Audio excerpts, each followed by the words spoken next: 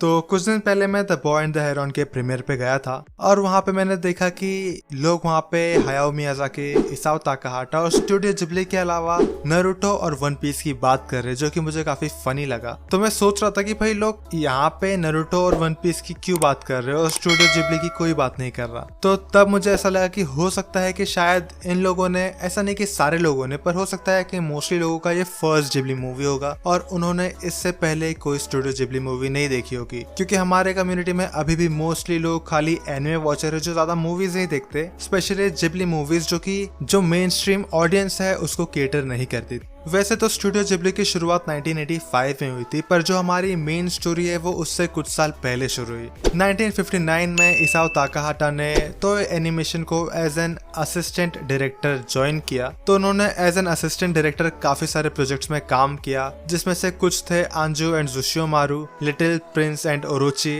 And the wolf boy Ken. और 1968 में उन्होंने अपना डायरेक्टोरियल डेब्यू किया प्रिंस ऑफ सन के साथ, जिसमें एनिमेशन किया था हायाओ मियाज़ाकी ने। हायाओ मियाज़ाकी ने तो एनिमेशन ज्वाइन किया 1963 में as an in between animator, और उन्होंने इसाओ ताकाहाटा के साथ काम किया था वुल्फ बॉय केन में, जिसमें उन्होंने इन बिटवीन एनिमेशन का काम किया था। और उन्होंने तो एनिमेशन के काफी सारे प्रोजेक्ट्स में काम किया छोड़ने से पहले, और जब उन्हें लगा कि इस कंपनी में ग्रोथ नहीं है तो उन्होंने 1971 में इसाओ ताकाहाटा और योइची कुताबे के साथ मिलके ये कंपनी छोड़ दी और ज्वाइन किया ए प्रोडक्शन, जिसके फाउंडर थे दाइकिचिरो कुसाबे, जो कि खुद भी एक तो एनिमेशन के एनिमेटर रह चुके थे। और ए प्रोडक्शन का नाम चेंज करके उन्होंने बाद में शिन ए एनिमेशन रख दिया, जिसको आप सब जानते होंगे। ये वही स्टूडियो है जिसने शिनचैन, डोरेमोन और तकागी-सान जैसे काफी सारे बढ़िया शोज बनाए हैं। तो 1971 में लुपिन द थर्ड का पार्ट 1 आया, जिसे हायाओ मियाज़ाकी ने को डायरेक्ट किया था इसाओ ताकाहाटा के साथ मिलके। और यही वो मोमेंट था जब फाइनली ये दोनों की जमने लगी थी।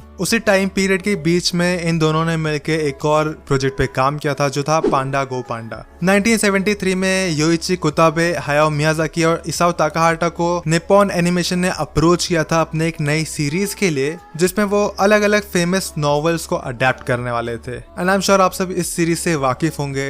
इस सीरीज का नाम था the world masterpiece theatre. World masterpiece theatre ने हमें काफी सारे बढ़िया बढ़िया शोज दिए थे। मैं उन सब का नाम आपको नहीं गिना सकता, पर एक वो नाम जो आप सभी के दिमाग में रिंग करेगा वो है Heidi the girl of Alps, जो बचपन में कार्टून नेटवर्क पे भी आता था। पर 1979 में हायाओ मियाज़ाकी ने निप्पॉन एनिमेशन को छोड़ दिया to work with Tokyo movie Shinsha aka TMS entertainment to direct his first feature film which was a masterpiece. अगर आपने इसका नाम नहीं सुना तो यह है लुपिन द थर्ड की movie the castle of Cagliostro. वहीं दूसरी तरफ इसाओ ताकाहाटा थे, जिन्होंने 10 साल कंप्लीट कर लिए थे अपने निप्पॉन एनिमेशन में, और फाइनली उन्होंने भी 1981 में निप्पॉन एनिमेशन छोड़ दिया टेलीकॉम एनिमेशन ज्वाइन करने के लिए, जो कि एक सब्सिडरी थी टीएमएस एंटरटेनमेंट की। और ये काफी फनी लगा मुझे, ऑलमोस्ट डेस्टिनी थी इन सबका एक साथ मिलना, नसीब खुद इन्हें साथ में ला रही थी। ऐसा लग रहा था कि स्टूडियो जिबली का बनना is written in the stars. और इसी दौरान एंट्री होती है हमारी स्टोरी में एक नए कैरेक्टर की, जिसका नाम है तोशियो सुजुकी, जिन्होंने तोकुमा शोतेन नाम के एक पब्लिशिंग कंपनी में काम करना स्टार्ट किया था 1972 में, और वो भी अपने कंपनी में काफी मेहनत कर रहे थे रैंक अप करने के लिए। तोकुमा शोतेन एक नया एनिमे और मांगा मैगजीन लॉन्च करने वाला था, जिसका नाम था animes, and in 1978 he became an editor for the newly created animes. और वो चाहते थे कि एक फीचर्ड आर्टिकल लिखना मियाज़ाकी और इसाओ ताकाहाटा के साथ, पर उन दोनों ने मना कर दिया उस टाइम पे। और ये बात है हायाओ मियाज़ाकी के मूवी के रिलीज होने के पहले की। मूवी रिलीज होने के बाद वो दोबारा मिले और इस बार फाइनली तोशियो सुजुकी ने काफी मेहनत के बाद कन्विंस कर लिया हायाओ मियाज़ाकी को एक आर्टिकल में फीचर करने के लिए। और उसी दौरान मियाज़ाकी के दिमाग में एक आइडिया भी था, एक स्टोरी थी जो उन्होंने डिस्कस की सुजुकी के साथ, और तोशियो सुजुकी उस स्टोरी के साथ काफी इम्प्रेस हुए। वो चाहते थे कि इसके ऊपर मूवी बनाना। तो क्योंकि तोशियो सुजुकी एक पब्लिशिंग कंपनी में काम करते थे, तो उन्होंने पूरा सपोर्ट किया, पूरी मदद की हायाओ मियाज़ाकी की इस मांगा को क्रिएट करने में और पब्लिश करने में।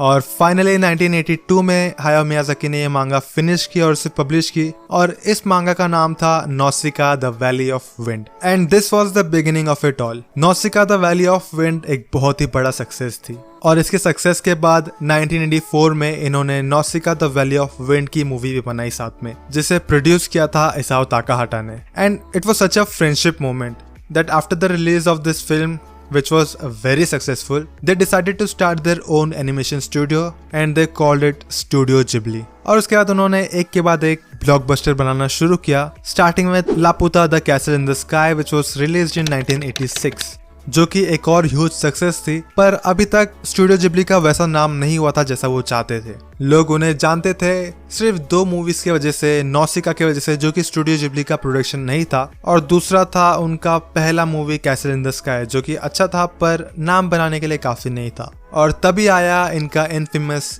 Double feature film grave of the fireflies and my neighbour Totoro, जो कि दोनों फिल्म फेस्टिवल में एक ही दिन रिलीज हुई थी, एक के बाद एक। सबसे पहले ग्रेव ऑफ द फायरफ्लाइज दिखाई गई थी लोगों को, जिसे देखने के बाद लोगों के इमोशंस तो छोड़ो, उनकी आत्मा टूट गई थी। और उसके जस्ट आफ्टर लोगों का मन हल्का करने के लिए उन्होंने दिखाई माय नेबर टोटोरो, जो कि काफी होलसम मूवी है, पर कहीं ना कहीं मुझे थोड़ी सी डरावनी भी लगी थी जब मैंने फर्स्ट टाइम उसे देखा था। It has that underlining horror, ऐसा कह सकते हैं, वाइब टू इट। एनीवेज, इन्होंने डबल फीचर फिल्म रिलीज की थी और काफी अच्छी और फनी स्ट्रेटेजी थी इनकी। पहले खुद ही ग्रेव ऑफ द फायरफ्लाइज दिखा के लोगों को रुला दो, उसके बाद माय नेबर टोटोरो दिखा के लोगों को हंसा दो। और इस डबल फीचर फिल्म ने ही इनका नाम फेमस किया, ना ही सिर्फ जापान में बल्कि वेस्ट में भी। And after that the rest is history. उसके बाद तो ऑलमोस्ट हर साल एक जिबली मूवी रिलीज हो ही रही थी और सारी एक से बढ़ के एक, जिसमें से मेरी कुछ पर्सनल फेवरेट्स है। वैसे तो मुझे सारी जिबली मूवीज पसंद है, पर मेरी पर्सनल फेवरेट्स है किस डिलीवरी सर्विस,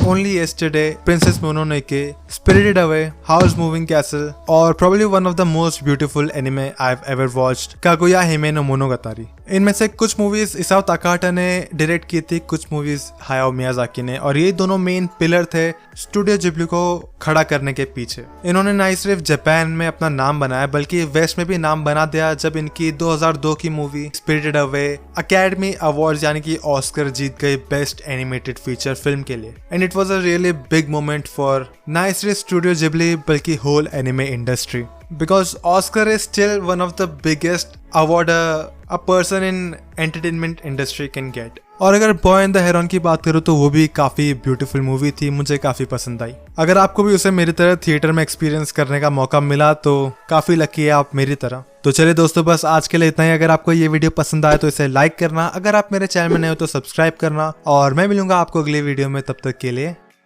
बाय।